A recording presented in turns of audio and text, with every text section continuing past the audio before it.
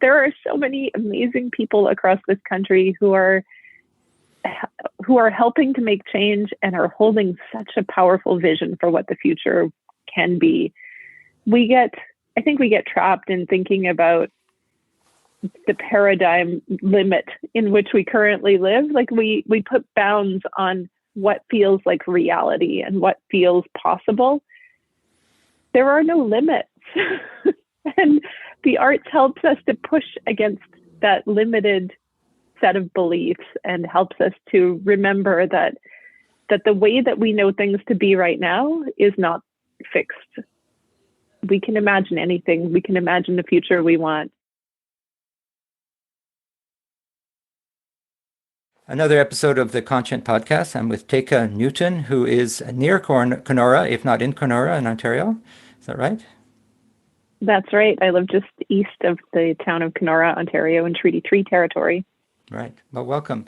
We met over a year ago at an event that the McConnell Foundation and Tamarack Institute organized in Waterloo. That was actually very important for me, not just because I met people like you, but because they were trying to bring together all kinds of environmental organizations, people concerned about climate change, but also artists and cultural workers. And that's mostly what we'll talk about today. And I'm very excited that you're with me. So can you just start by telling us a bit about yourself, your background, what you do, and then we'll jump into the question about reality. Hi, Claude. It's lovely to be here with you today. As you mentioned in your brief introduction, we met about a year and a half ago at that Waterloo meeting. I was there in my professional capacity. I am the domestic policy manager and membership manager for Climate Action Network Canada.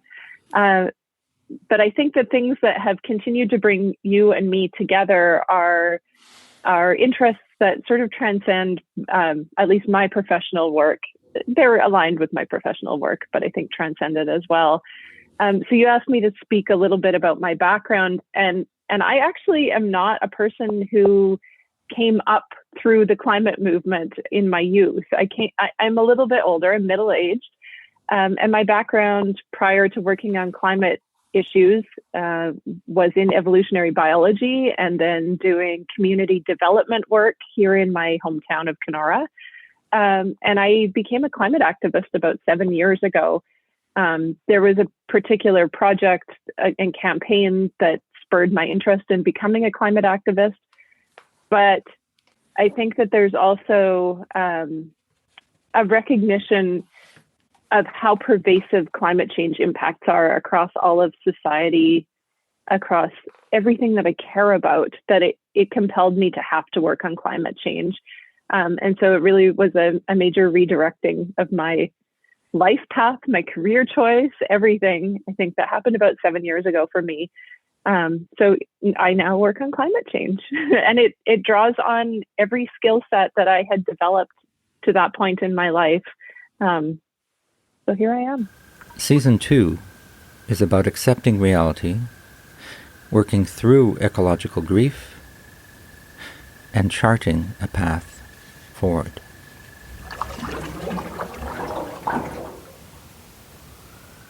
Well, let's think about this moment, because in the reality episode that I think you've listened to, I talk about accepting reality, and that's, and as I do these conversations for Conscient, I'm evolving, I think, and the conversations are evolving. And so that seems so long ago that I was worried about the notion of accepting reality, because I've learned so much about reality from different points of view. So I'd like to know your thoughts on that concept and how how it was positioned in the program and how you responded to it. And start with that. What is reality to you, and how do you view it? Historian Paul Krauss. For Francis Bacon, man is superior to nature, but man is also alienated from nature. Nature is harsh and unforgiving, and something that needs to be conquered.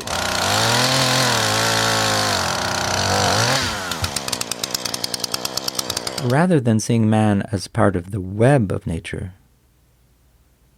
Bacon sees man as existing in a natural empire. Oh, it's such an intriguing question. So these are the sorts of questions that I think about when I'm working out in my garden, when I'm outside, connected to the earth. What is my reality? What are the boundaries and what's the scope of my reality? And it's very different depending on the context that I'm working in. There's a political reality across the country. There's a global political reality. There's a social reality. But all of that is, although it feels very real to people in the moment, it's all underpinned by the physical reality of nature, I think. And last night I was listening to your interview or your podcast episode with my friend Anjali Apadarai, and she was talking a lot about the disconnection between humans and nature. And I completely agree with her. I think that this is so primary a rift that humanity is suffering from right now. I think we live largely disconnected from the reality of the actual physical, natural world around us. I think humans have, at least in our Canadian society and Western society, we've developed this ethic or a paradigm that we work in that somehow separates us and makes us feel that we're exceptional and that we transcend the limits, the boundaries, the rules set out by nature. We don't. We are a species of animal, just like every other species of animal out there. And we also, can fall victim to the same problems that are affecting so many other species right now. The biodiversity crisis isn't something that's outside of us. It's something that's also impacting us.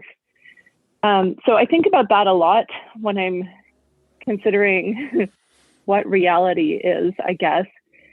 It's really easy to get caught up in the day-to-day politicking, policy making, feeling like that's all real.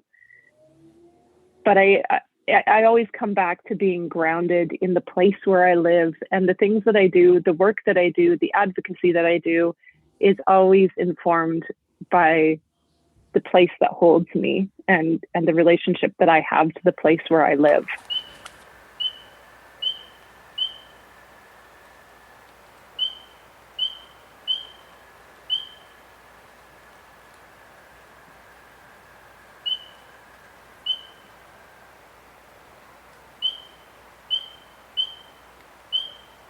Well, that makes sense, and I think I would share that connection and point of view. But when I wrote about accepting reality, it was also about denial and getting out of the bubble of denial and into accepting the facts, but also the emotional baggage, which brings me to the ecological grief part, which I've been talking to people about, and some are quite knowledgeable, and some it's really new to them.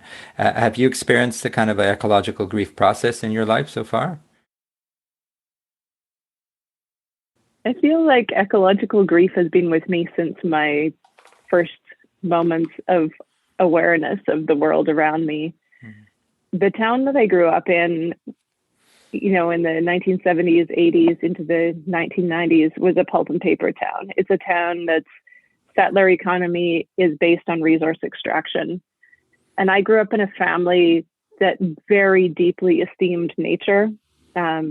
My parents would take my sister and me out of school for a day or so each month to go and have nature education days. We'd go out looking for rare orchids or exploring ecosystems, bogs and wetlands and things like that. And we would take photos, and then we would go back to our elementary school and present a slideshow for the whole school on our experience out in nature. This is in, the early 1980s.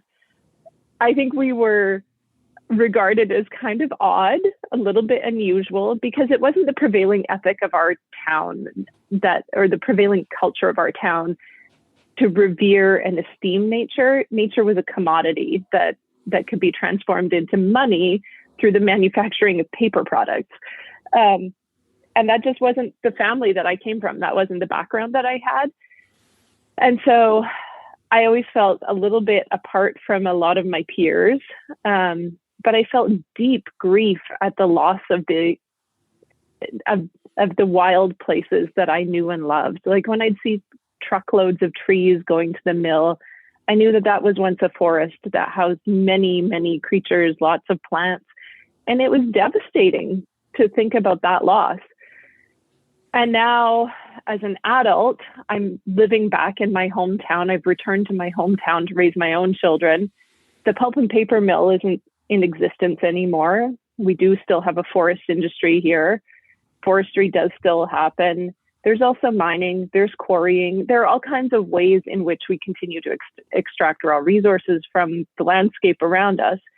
And I don't necessarily think that it's done with disregard or malice toward nature.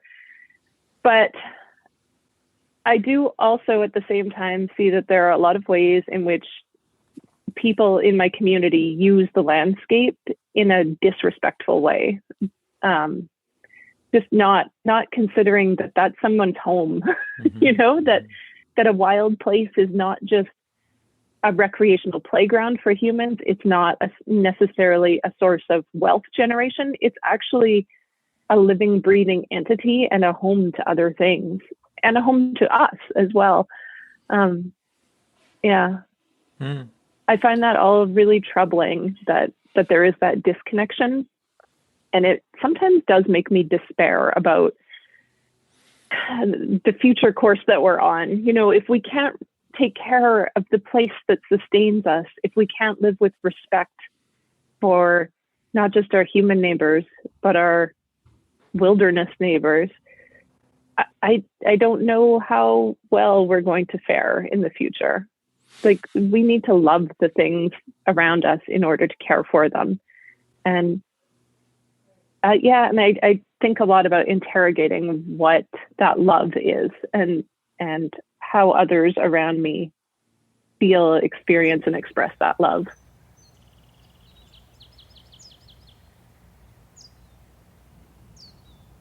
Activist Naomi Klein.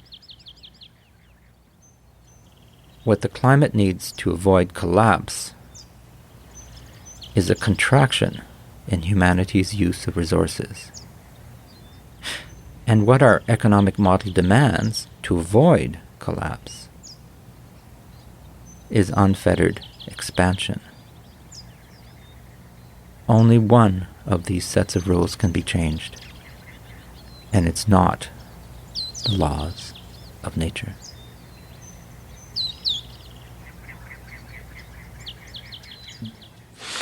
Well, speaking of love, I think you have both a love of science and of art from what our exchanges have been over the last few months.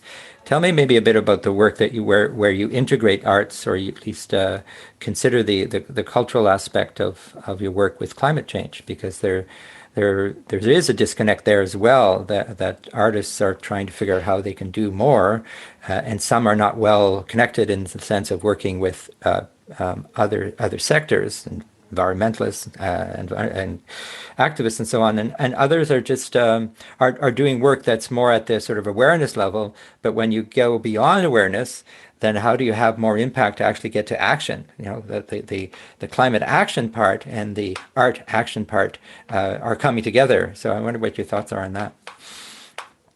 Yeah, this is actually a really exciting area that's emerging across the climate movement just quite recently. Like, within the last year and a half, I would say it's really started to blossom. So when we first met in Waterloo back in February of 2020, there were a few artists who had come to that meeting alongside climate policy wonks and public decision makers and different people from think tanks and scientific backgrounds and all that. And it was really one of the first opportunities we had to all collectively work together to think about how we bridge these rather siloed spheres. I think that a lot of climate advocacy has been steeped in science and facts for a long time. And that was really important. It's really important to have a knowledge base from which you're operating. But knowledge, science, and fact isn't the thing that moves hearts and minds. It's not what compels people to action. People are compelled to act out of love and emotion and, some of those softer qualities that are more traditionally housed within the arts. That opportunity to be expressive, creative, to think hopefully, to think expansively, that is a critical part of the scientific process, but I don't think that that's something that is typically communicated through science communication. So I see that there's a lot of really interesting merging that's happening between artists and climate activists, as climate activists are getting more real about, not even more real, more open about expressing what brings them to this work. And by and large, it's a deep, deep love of people and the natural world, and the desire to protect and to create, to reimagine, to re-equilibrate our systems and societies, and elevate justice and equity, and just make things better for everyone. That's what drives us. So when I'm thinking about all the burgeoning arts and climate projects that I see, they're all about tapping into those emotional values, really encouraging the expression of the full range of emotion that we feel that we bring to climate change, whether that's deep grief and sadness, or incredible inspiration and hope and generative ideation and all that. So, I've been involved in the past year in a project with, we did an artist in residency program that saw Tanya Kalmanovich, who's a Juilliard trained violinist from Fort McMurray, join us for about a 6-month period while she was working. She's continuing to work on this project, the Tarsan Songbook, which is a collection of storytelling and song and music that expresses her relationship to the place that she grew up, Fort McMurray, and the oil industry, the oil culture that has infused her life. But that project, it's an iterative, evolving project. So while it started out as her own personal exploration and inquiry, it's now engaging a broader community of people. So spiraling out from the community of Fort McMurray to surrounding communities, and then along the pipeline routes that extend out from Fort McMurray into communities across North America. So she's really engaging a lot of people in thinking about the connections that they have to oil, the impact that oil has had on their lives. And it goes in many directions and is so interesting. It's such an interesting project. But it's a lot about like storytelling, the story of oneself, the stories of grief, and the stories of hope. It was a beautiful project for us to have a chance to be involved in. We brought it to our membership, and we had some of the most riveting, moving conversations I've had, and intimate conversations with clusters of our membership through that project. It allowed us to reveal things about ourselves that we don't have opportunities to talk about in the course of our usual day-to-day discourse around climate policy. There's another project that we're hoping to get involved in that involves community participatory art making around murals around climate action in a number of different elements. So we'll probably be looking at how communities are navigating the transition to clean energy and all the equity and justice considerations that go along with that transitional pathway. So that might be something that we're exploring in the next year or so through this murals project. We're also collaborating with one of our members, the Conservation Council of New Brunswick, and particularly Louise Comeau, who's a past executive director of Climate Action Network, who's now with CCNB.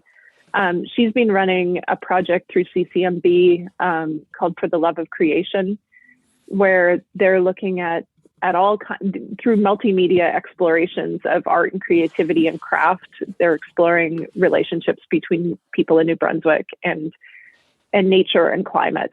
And Louise is really keen to expand that program. So we're talking about how to maybe make that go a little bit more nationally. So yeah, lots of different ways that we're tapping into arts but not even necessarily formally with artists. Like it's a lot of community participatory art making, because it's just such a valuable, I don't want to say tool because that feels a little bit too rigid, but it's just such a good process for expressing and creating and being generative. So we'll see where it goes. Artist David Haley. We now need aesthetics to sensitize us to other ways of life.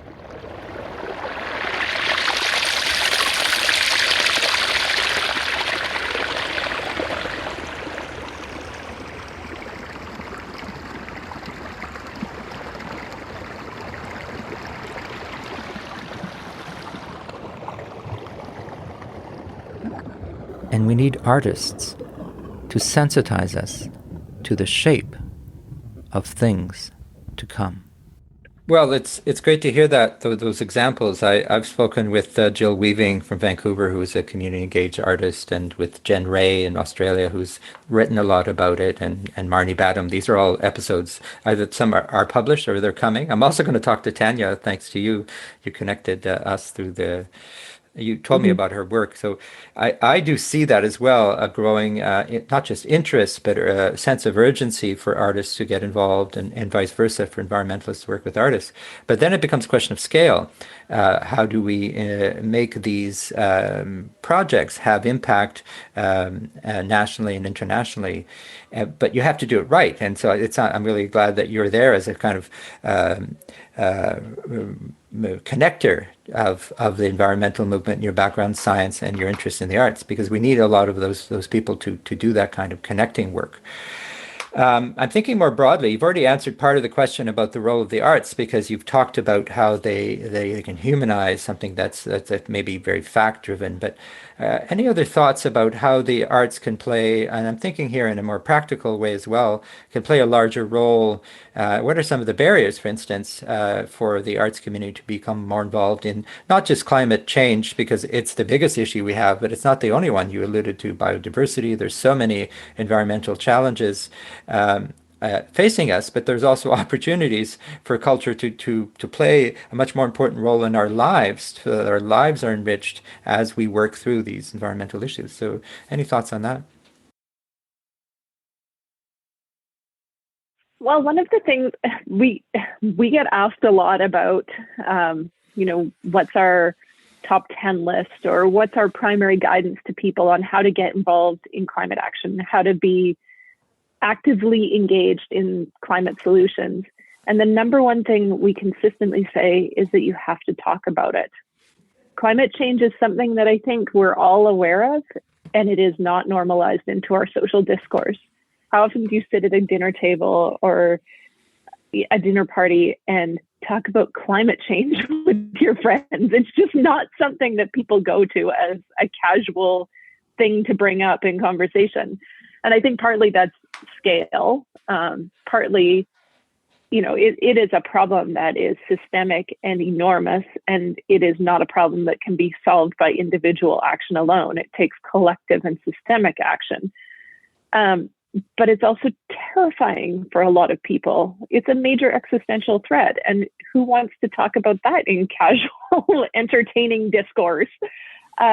So, it is so important that we normalize talking about climate change, and not talking just about the science of climate change and, what are the impacts in my local ecosystem. I get asked that a lot too, locally and, at the community level across the country, about how we're seeing climate impacts. And there are, the obvious ecological indicators, like less ice, winters are shorter, there's less ice on the lake than there used to be, that sort of thing. There's more pollen in the air. There are more transmissible vector-borne diseases like Lyme disease, that sort of thing. But climate change is also impacting our lives in all kinds of ways that I think are only sort of starting to rise to the surface this year. The crisis in the price of lumber, if anyone's following that, that's driven by climate change. There is a shortage of harvestable timber in key lumber producing parts of the country because of climate impacts on forests. BC has seen a record number of wildfires and losses of timber stands to mountain pine beetles, and that impacts the availability of the raw goods that produce lumber. As climate change becomes more and more obvious in our lives, we need to talk about it more. And the arts provide such a valuable way of gently introducing people to the normalization of climate change in conversation. It also provides a really therapeutic and cathartic way of expressing very complex relationships and reactions to climate impacts. On the one hand, people may feel deep grief at the loss of wild places or the hardships that come from firsthand climate impacts. People are frightened when wildfires roar through their towns. Right now, 25 kilometers east of my house, there's a 450 hectare wildfire raging that just started on Monday, and it's completely out of control at the moment. Hopefully it'll get under control before it gets close to my house. But, my friends to the east of me have had to evacuate in the last 2 days. So there's a lot of fear floating around my community right now. And I think this is happening all across the country.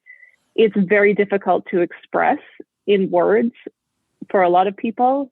And I think that having the ability to come together as a community and participate in the collective act of creating and expressing through various media, whether that's song or the written word, poetry, or painting, or mosaic making, or mural making, so many different ways of expressing, I think, are really, really valuable for keeping people whole, grounded, mentally healthy, and to feel connected to others. Mm-hmm. And it's the interconnection among people that will help us to survive in a time of crisis, in any time of crisis. It's having connections that helps you to navigate through crisis. The deeper and more complex the web of connections, the better your chances of resilience. And the connections are important among humans, but it's also important to have those connections between humans and other species and humans and landscape. And I think the more complexity we can bring to our web of relationships, the better the chances of us thriving in the future.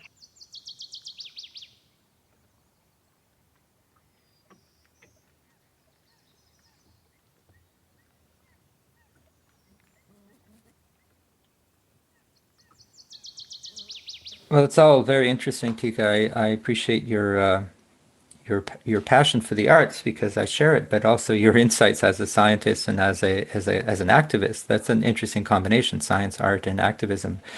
I've been working with Seth Klein, who you know has written the book A Good War, and I interviewed, and we're starting up a project called Scale, sectoral climate arts leadership for the emergency, and that's what we've called it. And you and others will be invited to be part of this. And the idea is that in Canada, there are important work being done. I was just speaking with Emma Stenning from Soul Pepper last week, and there's really good work being done. There's green sessions happening. But we need to connect the dots from coast to coast to coast and make sure we don't duplicate efforts, but also work together across sectors to bring the arts community into the emergency, so to speak. And many are already in the emergency, and some are just on the outside looking for, as you say, how can they bring their craft, how can they bring their skills in a way that makes sense to them, because you don't want to instrumentalize the arts in ways that are unhealthy. You want to invite artists in to participate. And those who need more knowledge, the knowledge is there, the information is there, it's relatively easy to access. I had to go through that myself. I had not only to educate myself, I had to re-educate myself. I had to unlearn a bunch of things. And I'm still learning so much about privilege and so many issues that are important for a truly just transition. And we're getting there, but it's a question of accelerating without panicking is what I've found, because panic doesn't help. So in a way, you need to calm down, get your breath, and then find out where you can contribute on the medium long term, because the issues won't go away, but the solutions can sort of connect and create waves of change that we can't foresee. The notion of uncertainty is an interesting one. I use it, and I quote a couple of people in the podcast about that. We have an uncertain future, but it's not necessarily the devastation that we are imagining now. We actually have to imagine a better world and work our best to get there. Public policy professor Eric Beinhocker. Humankind is in a race between two tipping points.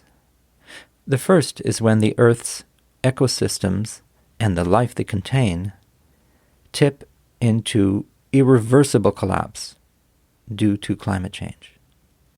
The second is when the fight for climate action tips from being just one of many political concerns to becoming a mass social movement.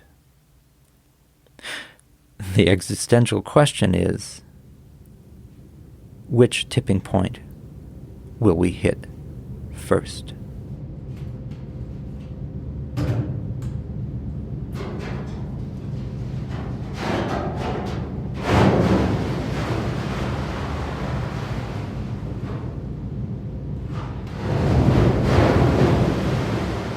Oh, I totally agree. And in fact, I don't know, I think you've probably read Thomas Homer Dixon's most recent book, Commanding Hope. Yeah, I He did. speaks a lot about that concept of the opportunity that lies in uncertainty. Uncertainty means that the future isn't set in stone. It means that there is the possibility of alternative outcomes. They can be bad, but they can also be really good. I was struck by, while you were speaking just now, thinking about climate and arts, and how to bring in people who are not currently active in the climate movement but want to join. And I think that's valuable. I would also say that there is a lot of legitimacy and value in continuing to stimulate and community and public interrogation of a wide range of issues beyond climate change through the arts. For example, I think that there's a lot of, Anjali talked about this too in her interview with you. The climate crisis and the broader ecological crisis is, to me, a symptom of the deeper disease. And the deeper disease, which is that rift from nature, that seed of domination and of accumulation and of greed, and of the urge to dominate others through colonialism, through slavery, through othering. The root is actually othering. That is something that artists can touch, and that's what has to be healed.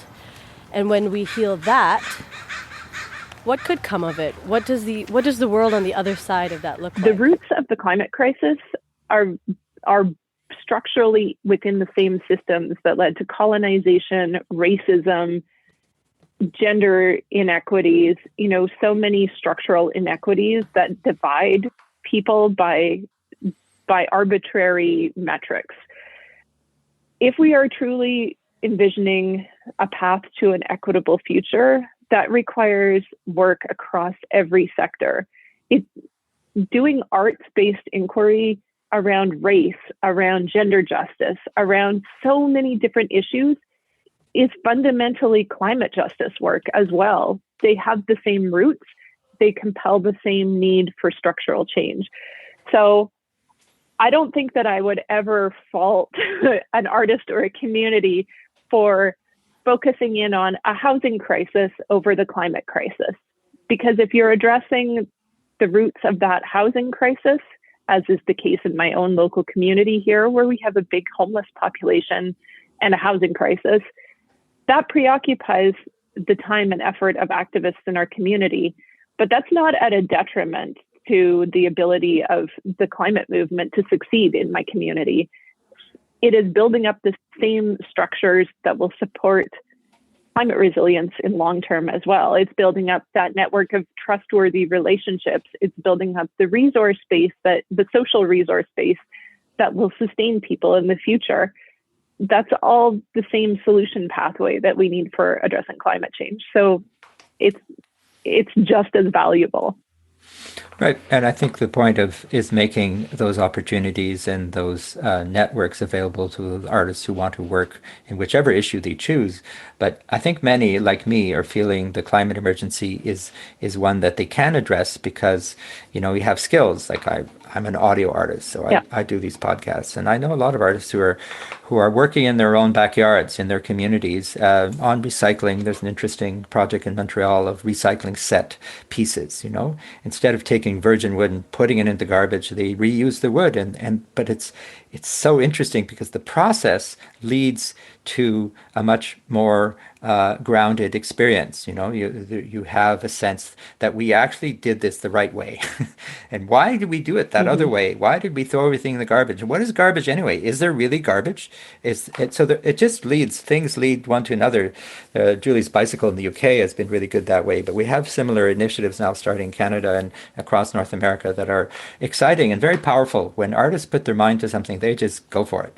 And all they need is to know who to work with. And sometimes they need a grant, sometimes they need a network. But I share your enthusiasm for how the sort of limitless potential for arts and culture to play a role, not only in solving an issue, but actually continuing to do what they've always done, which is to raise the key questions, to touch our minds, to bring us into a better link with whichever reality you want to. That's why the word reality is interesting to me, because it's very personal. What you feel to be real, and then how that information and sense allows you to make decisions about your life. What am I going to do now that I feel this or that I know this? Anyway, Teika, time is passing on. We could go on and talk about a lot of things, but is there anything else that we haven't covered that you'd like to share with our listeners? This is such a beautiful opportunity to get to just chat about really deeply philosophical and heartfelt things, Claude. It's been such a pleasure to join you. And I really hope that we get to do this in person again soon. It'd be lovely to just go for a walk and talk about things. I am grateful to you and to so many people I meet in the course of my workday. There are so many amazing people across this country who are helping to make change and are holding such a powerful vision for what the future can be. I think we get trapped in thinking about the paradigm limit in which we currently live. Like we put bounds on what feels like reality and what feels possible. There are no limits. And the arts helps us to push against that limited set of beliefs and helps us to remember that the way that we know things to be right now is not fixed. We can imagine anything. We can imagine the future we want. Science fiction, I think, is my favorite genre right now because it has consistently pushed that envelope of what seems plausible. And while, 20 years ago, a science fiction scenario may have seemed completely ludicrous, today we're living it as reality. So I think it's really valuable to be able to imagine and to move toward the visions that we imagine. The world can be much better, and we'll make it that way together. Well, we'll end it on that positive note. Thank you very much, Teika. Thanks, Claude. Take care.